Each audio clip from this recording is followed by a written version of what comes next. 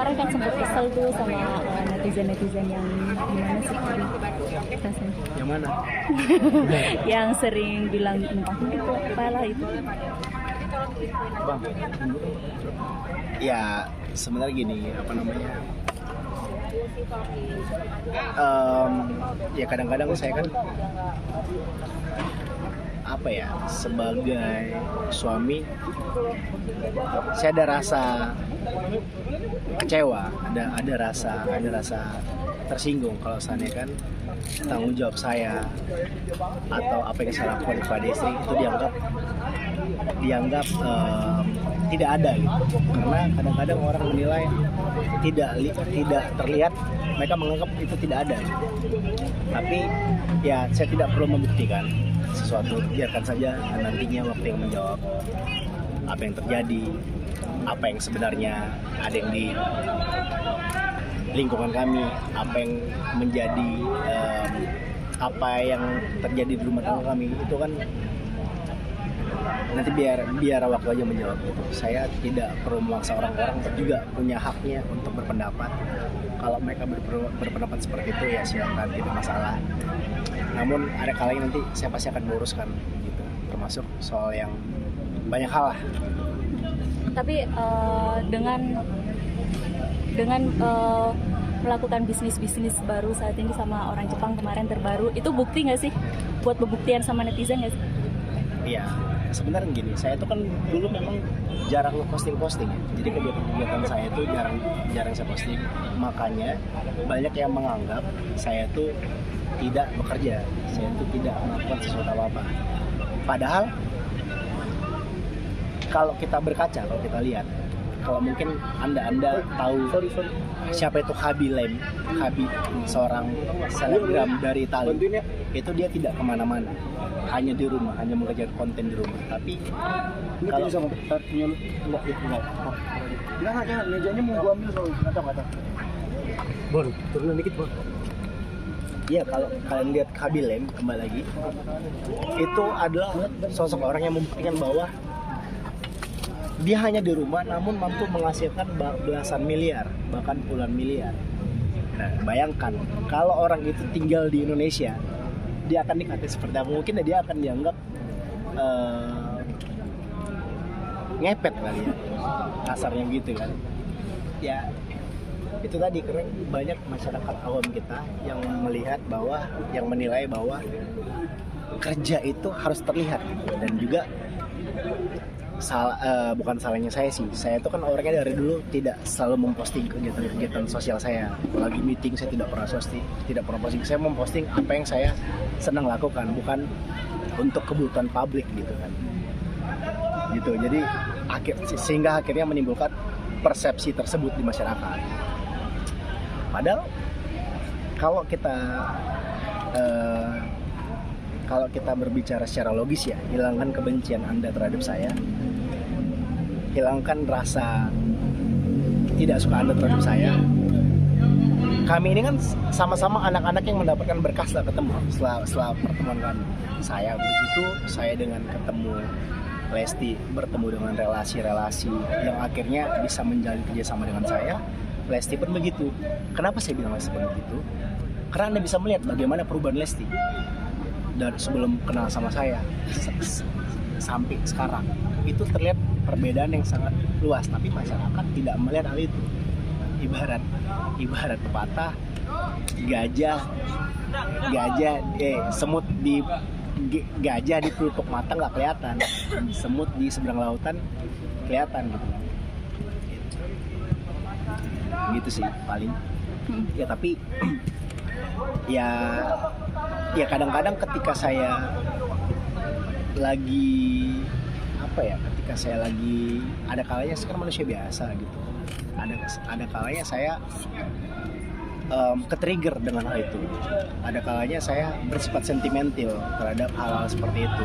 Karena menurut saya suami yang sudah menafkahi istrinya, suami yang sudah bekerja, memberikan yang terbaik untuk istrinya, namun ternyata dianggap dipandang sebelah mata sama orang lain, itu menimbulkan luka di hati saya. Karena Anda orang-orang yang menilai ini kan hanya melihat dari luar, hanya melihat dari media. Makanya ya mudah-mudahan harapan saya ke depannya ya media saya harap bisa memberikan berita yang aktual, berita yang faktual lah, bukan berita-berita yang terkesan menggiring opini untuk menghujat di salah satu pihak gitu sih. Tapi menguatkan sosok Bilar nggak sih dengan saat Kasus ini sendiri? Ya justru kadang-kadang istri saya yang menguatkan, cuma apa ya? Cuma kadang-kadang istri saya tuh pengen meluruskan, tapi dia sendiri memang bukan tipe yang mau nih lo gue menunjuk pembuktian gitu segala macam di ya, sosmed gitu. Ya cuma kadang-kadang memang sesuatu hal itu perlu diluruskan, sesuatu hal itu perlu kita keluarkan gitu dan ya kadang-kadang memang istri juga lah yang tetap menyemangati saya bahwasanya apa yang terjadi di rumah tangga ya yang paling tahu itu kan kita. Karena kan selama ini orang menganggap pekerjaan itu harus di TV. Kalau kita balik ke belakang gimana? Dulu tahun lalu saya di TV 5 program, Lesti cuma 1 program, Lesti cuma 2 program. Bareng saya ada tas, saya ada tasbih, sinetron, OTW, host di Lida sama Facebooker. Tapi tidak ada orang yang orang menutup mata tentang hal itu gitu. Tapi ketika sekali saya tidak berada di TV, lalu Lesti muncul di TV, orang langsung menganggap bahwa wah itu istrinya pasti cari duit. Orang langsung beranggapan seperti itu. Padahal setelah saya diambil sahamnya beberapa persen, itu kan saya mendapatkan cash out yang cukup besar bagi kami saat itu lewat perusahaan yang saya dirikan, lewat perusahaan yang saya bangun gitu. Nah makanya saya saat itu berpikir untuk ya udah gue istirahat dulu deh di TV. Gue pengen coba jalanin bisnis, coba membangun jaringan bisnis, karena saya juga ada tanggung jawab kepada investor, bukan tanggung jawab secara hukum ya, tapi tanggung jawab secara moral, karena saya kan udah mendapat uangnya besar di depan. saat ini ada berapa Tadi bisnis? beberapa jam ke belakang sempat ada foto bareng sama salah satu pengusaha nih. Apakah itu bentuk kerjasama akan dimulai kembali atau gimana? Iya, insya Allah ada beberapa. Sebenarnya ada beberapa hal yang memang mau saya jalanin sih. Cuma kemarin sempat tersendat. Doain lah mudah-mudahan di 2023 nanti bisa take off kembali. Ya anggaplah saat ini kita landing dulu karena cuacanya kurang bersahabat. Namun nanti ketika siap waktunya, ketika kesempatan sudah ada, kita take off kembali. Bisnis apa yang lo Ya sebenarnya kita kan sudah expand ke beberapa model bisnis ya. Saya sudah punya F&B, sudah punya snack juga. Namun saya akan mencoba sesuatu hal baru lah nanti. Ditunggu aja lah sesuatu yang belum ada di bisnis yang kita punya sebelumnya. Digital kan kita udah ada. Tapi untuk kerjasama menegaskan artinya bahwa lo walaupun lo ada di situ tetap gua ada usaha selain itu supaya netizen tidak mencibir lo lagi meniru. Iya, sebenarnya mencibir juga mereka nggak ada alasannya. Gitu. Mereka mencibir hanya karena satu, mereka termakan judul berita. Satu lagi, mereka berasumsi.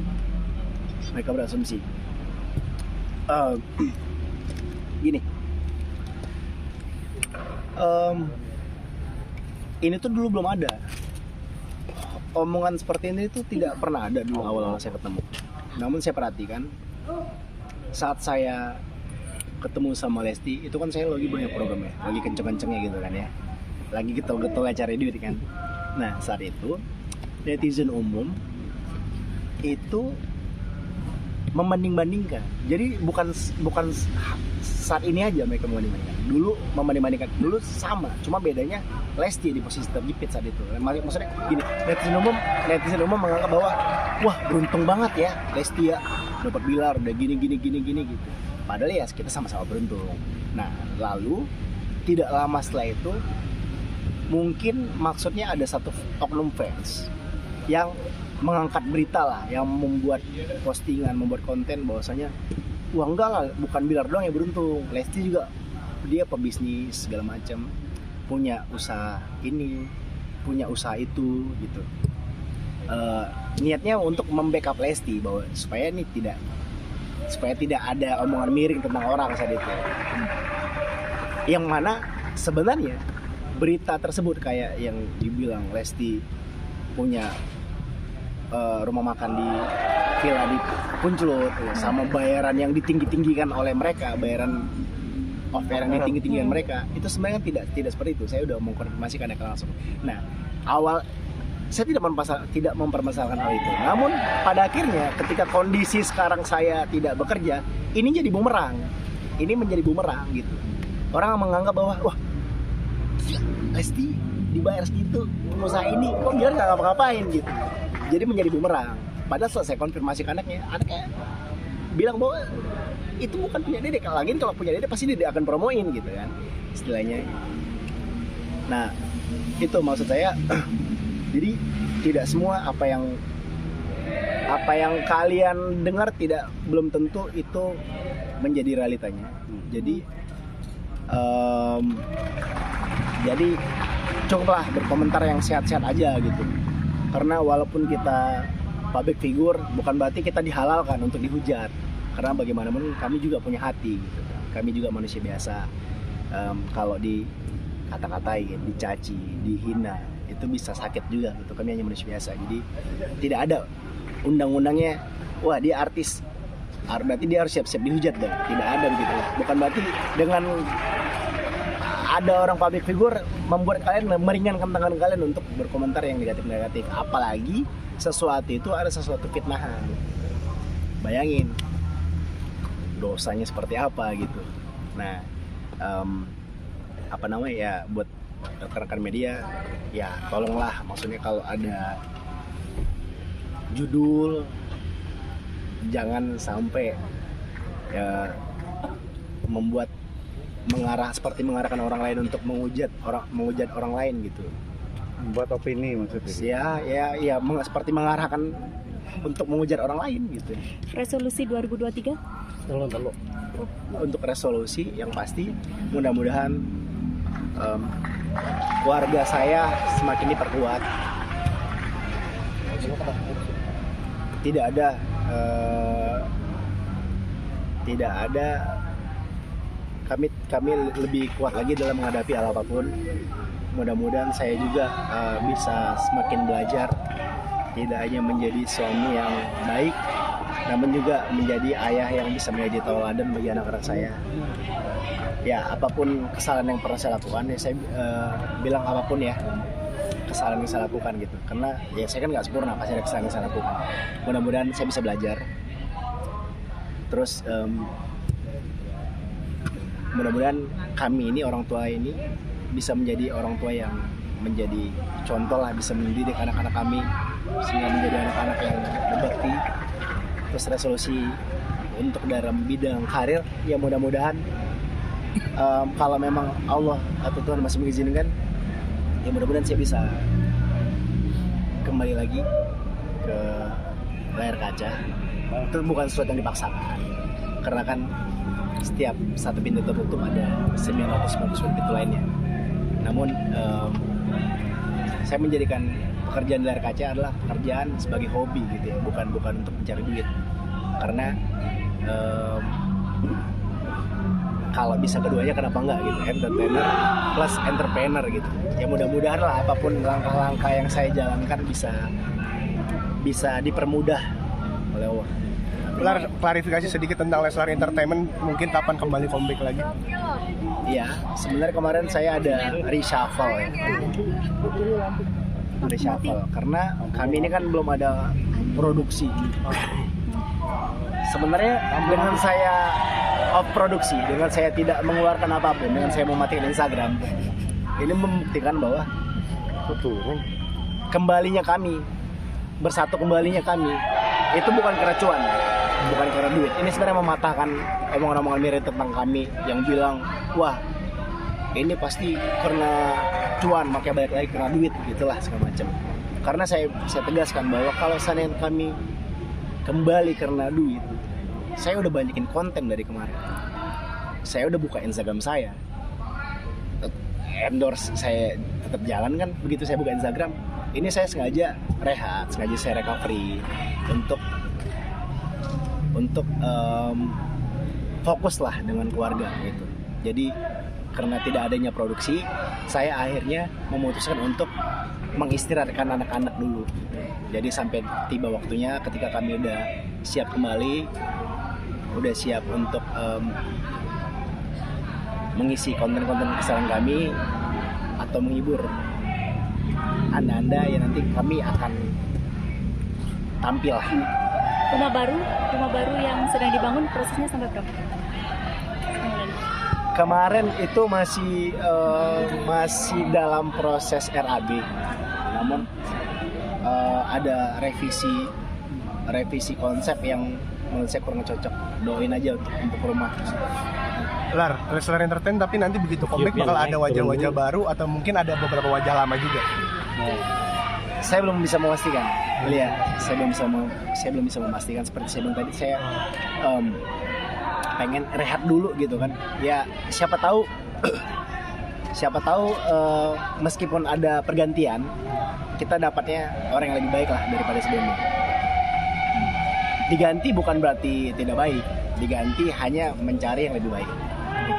Berarti kira-kira berapa lama nih rehat sampai mau mulai konten lagi? Ditunggu aja. Tunggu aja. BBL mau ulang tahun yang ke setahun gimana? Iya, nggak terasa anak saya udah mau setahun nih. Lucu ya kamu. Ya. Ya, yang pasti ini momen setahun, momen yang saya persiapkan untuk anak. Ya mudah-mudahan apa yang kami berikan di setahun ulang tahun anak kami bisa menjadi momen yang tidak akan kami lupakan bagi saya dan menjadi sesuatu memori yang akan diingat juga buat anak saya nanti. Berarti ada kado spesial. Sudah dipersiapkan. Ada perayaan? Kita lihat nanti. Ajang mengajak untuk liburan nanti. Liburan rencananya. Kepo ya? Berarti sekalian umroh nih, Kang? Belum tahu insya Allah, mudah-mudahan. Ya kalau dikasih ada kesempatan umroh, soalnya kan dari dulu saya pengen umroh, tapi belum dikasih kesempatan lah. Kadang saya yang lagi nggak bisa waktunya, tapi mudah-mudahan kalau tiba waktunya dikasih jalannya lah, bisa ke tanah suci. Tahun depan ada rencana nambah adik BBL? Kemarin saya tanya sama anak saya, El mau adik lagi ya? Belum katanya, belum. Tapi ada informasi katanya Bang Bi mau ke Jepang. Ya kalau saya ke Jepang, paling saya memang karena ada urusan, bukan karena untuk tinggal di sana. Itu kan dulu banget pas ketika saya lagi struggle, saya pengen ke Jepang. Tapi sekarang kan kondisinya saya sudah punya keluarga. Ya, lalu mata pencarian saya kan ada di sini, kerjaan saya di sini, usaha saya di sini. Jadi saya belum kepikiran sih untuk di sana. Tapi mudah-mudahan nanti siapa tahu kalau jadi ada kerjasama di sana, kita bisa ya bukan stay tinggal, tapi ya sesekali lah mungkin sana entah 6 bulan sekali atau setahun sekali. Lar, di antara banyak negara kenapa Jepang? Maksudnya yang Karena Jepang itu tempat yang sangat asik, tempat yang sangat berkesan. Satu, mereka semua ada tempat wisata, pemandangan yang bagus, tempat perbelanjaan, pusat perbelanjaan yang menarik, sama warganya itu ramah-ramah. Terus belum lagi ini yang kita kan yang paling senang itu kuliner ya kalau keluar negeri ya. Dan di Jepang ini saya rasa lidah mereka tuh hampir sama dengan lidah kita, seleranya. Jadi itu ngebuat saya nyaman. Di samping memang warganya luar biasa banget. Saya berkali-kali kagum dengan warga Jepang. Dan saya rasa warga Jepang itu ya tidak pernah jahat deh jarinya kayaknya. Tidak pernah ngata-ngatain orang lain, tidak pernah iri sama kehidupan orang lain, nggak pernah kepo. tidak ya kepo, iya, dan tidak pernah kepo juga loh. Warga Jepang tuh nggak pernah kepo loh. Justru dia nganggap bahwa ya udah urusan lo gitu, urusan gue punya urusan tersendiri yang mesti gue selesaikan, daripada gue ngurusin lo tapi urusan gue nggak terselesaikan, mending kita masing-masing aja. Dan satu lagi, ketika saya nanya tempat misalkan di mana ya tempat ini, dia bukan menunjukkan tapi dia mengantarkan saya gitu. Itu salah satu hal yang saya kagumin gitu, etikanya, adabnya itu luar biasa ya. Mudah-mudahan ya saya juga melihatlah bahwa warga Indonesia itu sebenarnya ramah-ramah, supel sebenarnya. Cuma entah kenapa ketika di sosmed udah nggak ramah lagi. Warga Indonesia tuh ramah-ramah, supel. Iya, kalau kalian tanya sama turis asing yang kesini pasti pada bilang ramah, warga Indonesia supel. Tapi entah kenapa jari mereka tuh nggak ramah. Iya, pedes. Sok tahu ngomong berdasarkan katanya gitu, berkomentar berdasarkan katanya ya. Tapi itulah uniknya kehidupannya ya. Karena kita kan nggak selalu bisa disukai gitu, tidak selalu bisa tetap dikagumin. Yang terpenting bagaimana cara kita tetap berbuat baik aja lah gitu. Karena kadang-kadang kita udah berbuat baik aja tetap dianggap salah sama orang lain kan gitu. Bocoran dong, katanya Trio Gresek mau balik lagi nih. Gresek. Tas gresek. Trio. Iya, katanya mau balik lagi nih. Ada project baru. Belum tahu. Karena Haris kan lagi sibuk dengan strippingnya. Sudah punya jalannya masing-masing lah gitu. Haris dengan strippingnya. Adi juga lagi nyari-nyari judul yang cocok, dan mudah-mudahan lah nanti kita comeback lagi, saya bisa punya program sendiri. Ini bukan hanya saya punya program, tapi saya bisa produksi sendiri. Karena kan dulu tuh saya sempat hampir produksi sendiri, cuman batal karena ada suatu kondisi yang tidak bisa saya jelaskan. Mudah-mudahan nanti insya Allah saya punya program yang saya desain kembali. Kalau dulu kita sempat punya reality show, namun mudah-mudahan nanti ada sesuatu yang lebih besar lah yang bisa Lestar kerjakan. Tapi rencananya kalau bikin programnya apa sih Bang Di? Pengennya kayak apa program gitu? Keluarga Berencana. Pengennya kayak apa gitu, reality show, mungkin bantu-bantu orang. Kita lihat lah, gimana sih. Ya karena kita kan core bisnis kita sebenarnya bukan hanya di YouTube ya. Kita di media, kita buat event-event juga. Kita kemarin sempat create event, kalau kalian pernah lihat. Cuma sempat juga hampir jadi kita nge-create rangkaian event di Sumatera, namun batal karena satu kondisi. Ya mudah-mudahan nanti untuk di PH-nya, untuk di production house-nya bisa jalan nanti. Oke. Itu aja palingnya. Terima kasih ya. Terima kasih banyak ya.